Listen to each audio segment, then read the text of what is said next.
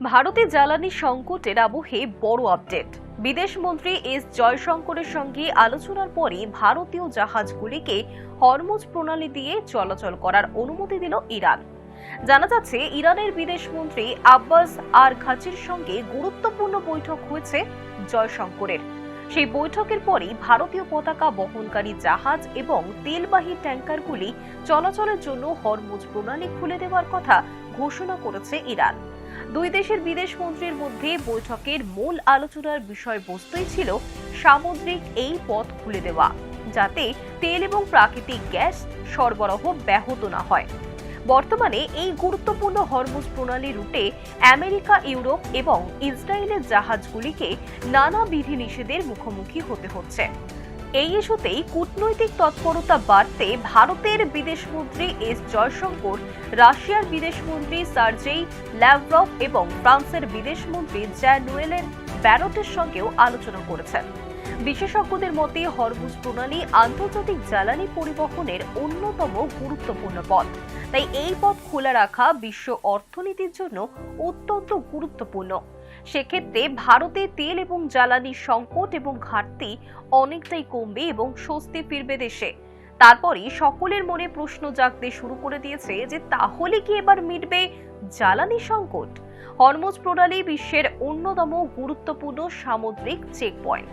এই প্রণালী দিয়েই বিশ্বের বিপুল পরিমাণ অপরিশোধিত তেল ও প্রাকৃতিক গ্যাসের জাহাজ চলাচল করে। বর্তমানে মধ্যপ্রাচ্যের সংঘাতের কারণে এই গুরুত্বপূর্ণ জলপথে জাহাজ চলাচল ব্যাহত হয়েছিল। সেই পরিস্থিতিতে ভারতের জ্বালানি আমদানি যাতে ব্যাহত হয়েছে, আর সেই অচলাবস্থা কাটাতেই কূটনৈতিক পদক্ষেপ করল নয়াদিল্লি। ভারত তার জ্বালানির বড় অংশই আমদানির উপর নির্ভর করে।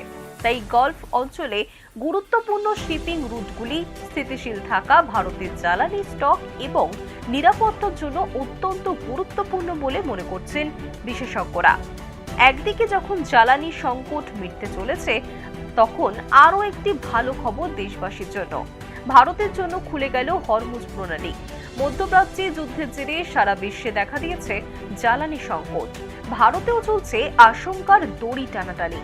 যুদ্ধ যদি আরো লম্বা হয় তাহলে কি করে চলবে দেশ, তা নিয়েও প্রশ্ন উঠতে শুরু করেছিল। তবে এবার কিছুটা স্বস্তির বার্তা।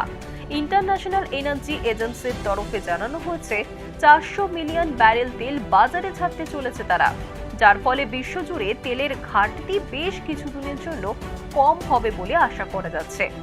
আইইএর তরফে একটি বিবৃতিতে বলা হয়েছে, এই জরুরি তেলের মজুদ প্রত্যেকটি সদস্য দেশের পরিস্থিতির সঙ্গে সামঞ্জস্যপূর্ণ একটি সময়সীমার মধ্যে বাজারে ছাড়া হবে।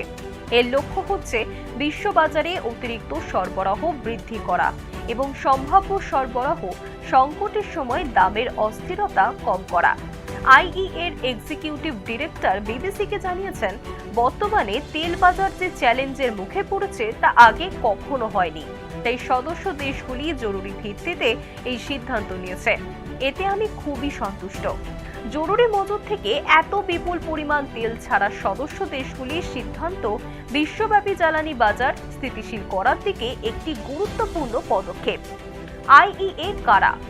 ইন্টারন্যাশনাল এনার্জি এজেন্সি এমন একটি আন্তর্জাতিক আন্তঃসরকারি সংস্থা যাদের ঘোষিত লক্ষ্যই হচ্ছে বিশ্ববাজারে তেলের দাম স্থিতিশীল রাখা। বর্তমানে 32টি দেশ এই সংস্থার মধ্যে রয়েছে। যুদ্ধ পরিস্থিতিতে বা কোনো কারণে তেলের বাজারে সংকট দেখা দিলে এর লক্ষ্য হচ্ছে বিশ্ববাজারে অতিরিক্ত সরবরাহ বৃদ্ধি করা এবং সম্ভাব্য সরবরাহ সংকটের সময় দামের অস্থিরতা কম করা। বর্তমানে আইইএর সদস্য দেশগুলির কাছে 1.2 বিলিয়ন ব্যারেলের বেশি জরুরি তেল মজুদ রয়েছে। এর পাশাপাশি সরকারি বাধ্যবাধকতার অধীনে শিল্প খাতে আরও প্রায় 600 মিলিয়ন ব্যারেল তেলের মজুদ আছে। কিন্তু কেন বিশ্ববাজারে জ্বালানি সংকট হচ্ছে? মধ্যপ্রাচ্য বিশ্বের অপরিশোধিত তেল রপ্তানির একটি উল্লেখযোগ্য অংশ সরবরাহ করে। এই অঞ্চলে টানা উত্তেজনা বৃদ্ধি বিশ্বব্যাপী জ্বালানি বাজারে অনিশ্চয়তা বাড়িয়েছে। বিশেষ করে হরমুজ প্রণালী দিয়ে উদ্বেগ বেড়েছে। আর এই প্রণালী দিয়েই বিশ্বের প্রায় 20% পেট্রোলিয়াম সরবরাহ হয়ে থাকে। কিন্তু যুদ্ধ শুরু হওয়ার পর থেকেই হরমুজ অবরোধ করেছে ইরান। ফলে বিশ্ববাজারে জ্বালানির সংকটও দেখা দিয়েছে।